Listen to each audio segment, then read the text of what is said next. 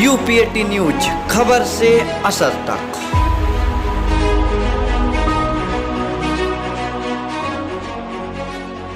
मुद्दे को लेकर के आज यहाँ अपना परिचय बताएंगे। नमस्कार साथियों, सबसे पहले आपको धन्यवाद। मैं डॉक्टर आर.एस. पटेल, राष्ट्रीय अध्यक्ष सरदार सेना सामाजिक संगठन। आज प्रतापगढ़ पट्टी विधानसभा अंतर्गत गोविंदपुर गांव की समस्या को लेकर के मैं आप सबके सामने प्रेस कॉन्फ्रेंस के माध्यम से बात रखने आया हूं। पट्टी के गोविंदपुर में पटेलों और पिछड़ों के घरों को, दर्जनों घरों को वहां के सामंतवादियों ने, दबंगों ने, गुंडों ने जला दिया है। घरों को जलाने के साथ पशुओं को जला दिया, पशु हत्या हुई, लूट हुआ और साथ ही महिलाओं के साथ छेड़खानी हुआ।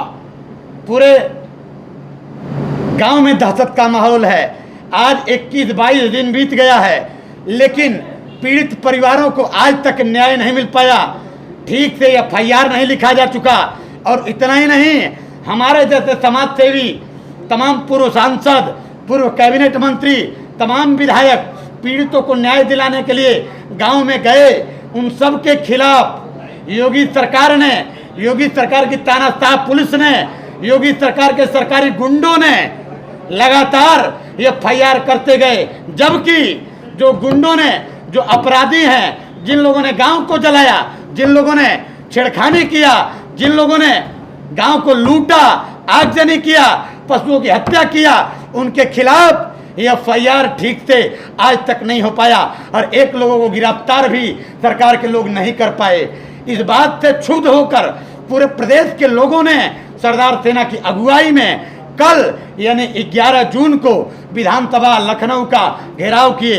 वहां पर भी सैकड़ों सरदार सेना के कार्यकर्ताओं को उठा के जेल में डाला गया।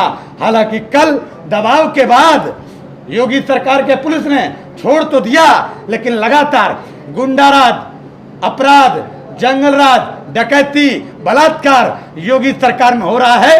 पत्रकार वार्ता की, उसके लिए क्या मांग रखते हैं सरकार से? सबसे पहला मांग प्यारे साथी कि गांव के पीड़ितों के जो न्याय की सबसे पहली कड़ी है, कम से कम महिला छेड़खानी, आगजनी, कम से कम पशु हत्या, जान से मारने की नियति आदि पर FIR होना चाहिए, पहला।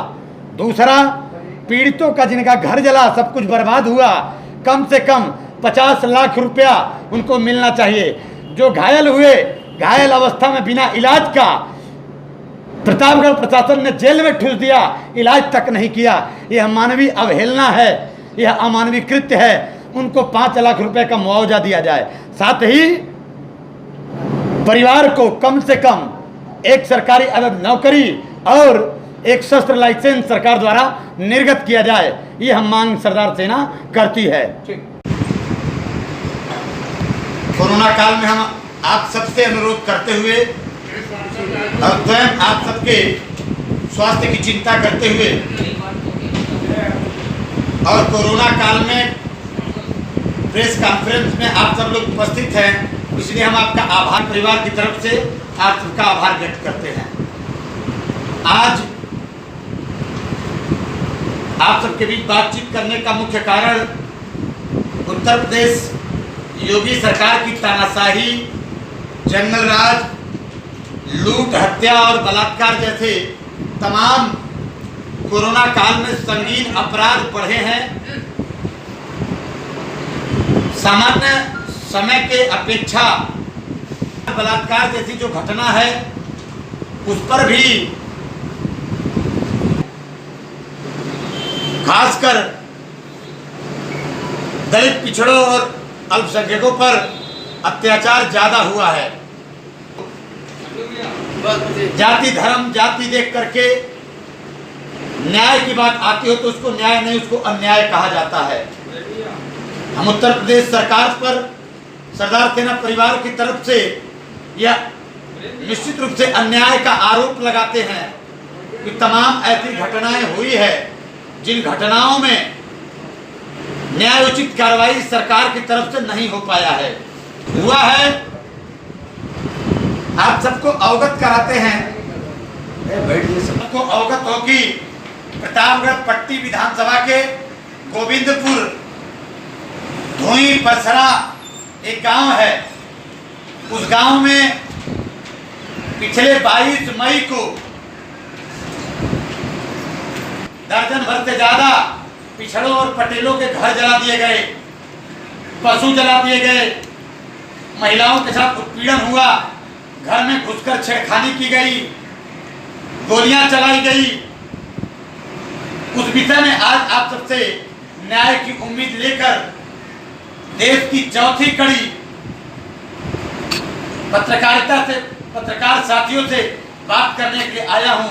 आग लगाने के बाद न्याय की स्थिति नहीं दिख रही है, तो आज आप सबसे हाथ जोड़कर विनम्र अपील करते हुए यह बात कहने आया हूं कि पूरी बात सुने और सुनकर आप लोग स्वयं तय करें और अपने अपने अपने मजे का भी काम करें। घटनाक्रम कुछ यूं है कि गोविंदपुर धुई गांव के पास, गोविंदपुर किसानों का गांव है, नन्हे वर्मा कुर्मी समुदाय के एक व्यक्ति हैं। उनके खेत में धुई के लोगों के पशु खेत में आकर लगातार वहां पटेलों के खेत में उनका खेत चल रहे थे, उनका फसल चल रहे थे। लगातार मना करने के बाद 22 तारीख को उनका खीरा और उनका भिंडी का फसल बर्बाद कर दिया पशुओं ने। तो ये लोग जा करके गांव में धुई गांव के प्रधान से शिकायत किए। शिकायत करने के बाद शायद उनको नागवार गुजरा और उस गांव से 20-25 दबंग आकर के गांव में लाठी डंडा हथियार बंद से चढ़ाई कर दिए। माँ बहनों को गाली देते हुए इकट्ठा हुए, लेकिन तब तक पटेल और पिछड़े परिवार के लोग इकट्ठा हो गए, वो लोग वापस चले गए।